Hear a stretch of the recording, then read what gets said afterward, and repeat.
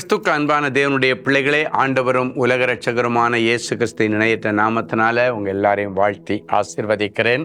இந்த ஜூன் மாதம் 22ஆம் தேதி மங்கள வார்த்தை நிகழ்ச்சி மூலமாக உங்களை நேரடியாக சந்திக்கிறது எனக்கு ரொம்ப சந்தோஷம். கர்த்தர் உங்களை ஆசீர்வதிப்பாராக.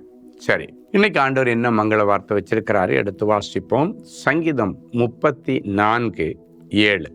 கர்த்தருடைய தூதன் அவருக்கு பயந்தவர்களை சூழ பாளையம் இறங்கி அவர்களை விடுவிக்கிறார். கர்த்தருடைய தூதன் அவருக்கு பயந்து ஜீவிக்கிறவர்களை, மனசாட்சிக்கு பயந்து ஜீவிக்கிறவர்களை, மனசாட்சிக்கு கட்டுப்பட்டு ஜீவிக்கிறவர்களை சுற்றிலும் பாளையம் இறங்கி அவர்கள் என்ன பிரச்சனையில சிக்கியிருந்தாலும் அவர்களை விடுவிக்கிறார் என்று இந்த வசனத்தில் நாம் வாசிக்கிறோம். இன்னைக்கு நீ விடுதலை பெற முடியாதபடிக்கு, வெளியே வர முடியாதபடிக்கு சிக்கி தவித்து கொண்டிருக்கிற காரியம் என்ன? தேவையில்லாத ஒரு பாவத்தில் சிக்கி தவித்து கொண்டிருக்கிறையா? தேவையில்லாத ஏதோ ஒரு மனுஷனிடம் சிக்கி தவித்து கொண்டு வெளியே வர முடியாம தடுமாறிட்டு இருக்கிறியா?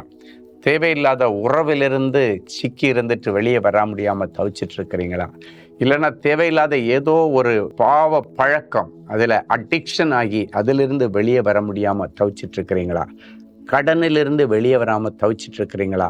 வியாதியிலிருந்து வெளியே வர முடியாமல் தவிச்சிட்டு இருக்கிறீங்களா? பிசாசனுடைய கட்டுகளிலிருந்து வெளியே வர முடியாமல் தவிச்சிட்டு இருக்கிறீங்களா?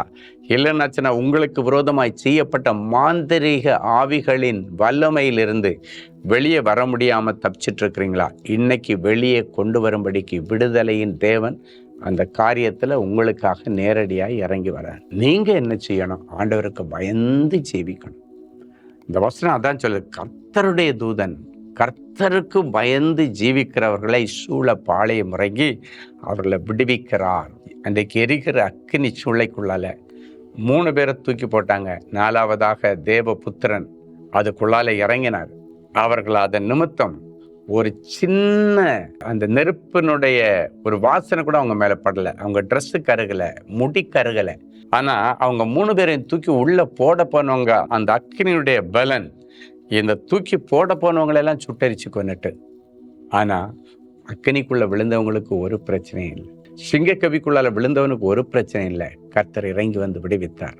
வேதம் சொல்லுகிறது, பறந்து காக்கிற பட்சியை போல கர்த்தர் எருசலேமுக்கு ஆதரவாக வந்து அவர்களை காத்து தப்ப பண்ணுகிறார். அப்படின்னா இன்னைக்கு எத்துல சிக்கி இருந்தாலும் ஆண்டவர் பறந்து காக்கிற பட்சி எப்படி வந்து காத்து தப்ப பண்ணுமோ அதே போல உங்களுக்கு ஆதரவாக ஆண்டவர் இறங்கி வந்து உங்களை தப்பிச்சு வெளியே கொண்டு வந்துடுவார். சரியா? சரி, ஒரு நல்ல சாட்சியை கேட்கலாமா? பிரதர் சுந்தரேசன், தஞ்சாவூர். கர்த்தருக்கு ஸ்தோத்திரம். சகோதரர் ஸ்டீஃபன் அவர்களுக்கு கடிதம் வழியாக என்னுடைய ஜெப விண்ணப்பங்களை எல்லாம் அனுப்பியிருந்தேன். சகோதரர் அவர்கள் ஜெபித்து மங்கள வார்த்தையுடன் பதில் அனுப்பியிருந்தார்கள். கடிதம் கிடைத்த பிறகு எங்களுடைய குடும்பத்தில் கர்த்தர் தொடர்ந்து அற்புதங்களை செய்து வருகிறார். முதலாவது, என்னுடைய மருமகளுக்கு ஸ்டேட் பேங்க் ஆஃப் இந்தியாவில் வேலை கிடைத்தது.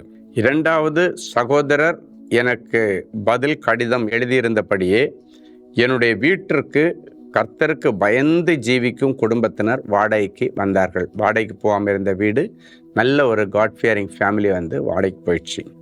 3வது, குடும்பத்தில் சந்தோஷமும் சமாதானமும் தாராளமாய் காணப்படுகிறது. 4வது, என்னுடைய மகனுக்கு இருந்த இருதய கோளாறு முற்றிலும் சுகமாகி பரிபூர்ண விடுதலை கிடச்சி. பாருங்க, ஒரு லெட்டரில் அவங்க எழுதியிருந்த விண்ணப்பங்கள் 4, அந்த 4ஐயும் கர்த்தர் டக் டக் டக் டக்குன்னு பதில் கொடுத்து அற்புதங்களை செய்து இன்னைக்கு சாட்சியை கொண்டு வந்தார். உங்களுக்கும் அற்புதம் செய்வார். ஜெபிக்கலாமா? அன்பான ஆண்டவரே, உமக்கு நன்றி.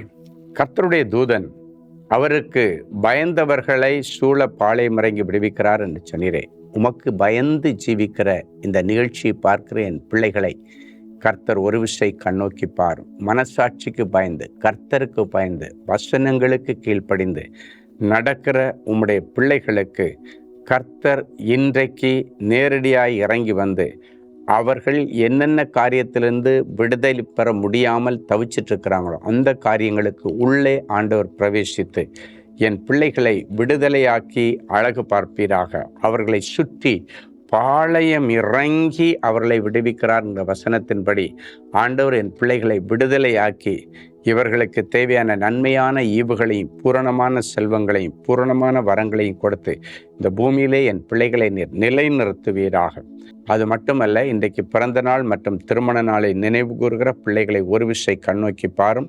கர்த்தராலே ஆசிர்வதிக்கப்பட்ட சந்ததியாய் இருப்பார்கள் என்ற வார்த்தையின்படி என் பிள்ளைகள் இன்றைக்கு பிறந்த நாள் திருமண நாளை நினைவு கூறுகிற அத்தனை பிள்ளைகளும் கர்த்தராலே ஆசீர்வதிக்கப்பட்ட சந்ததியாக இருக்க நிறைஞ்ச மனசுல ஆசீர்வதிக்கிறேன். அற்புதம் செய்யும் இயேசுவின் மூலம். ஆமென்.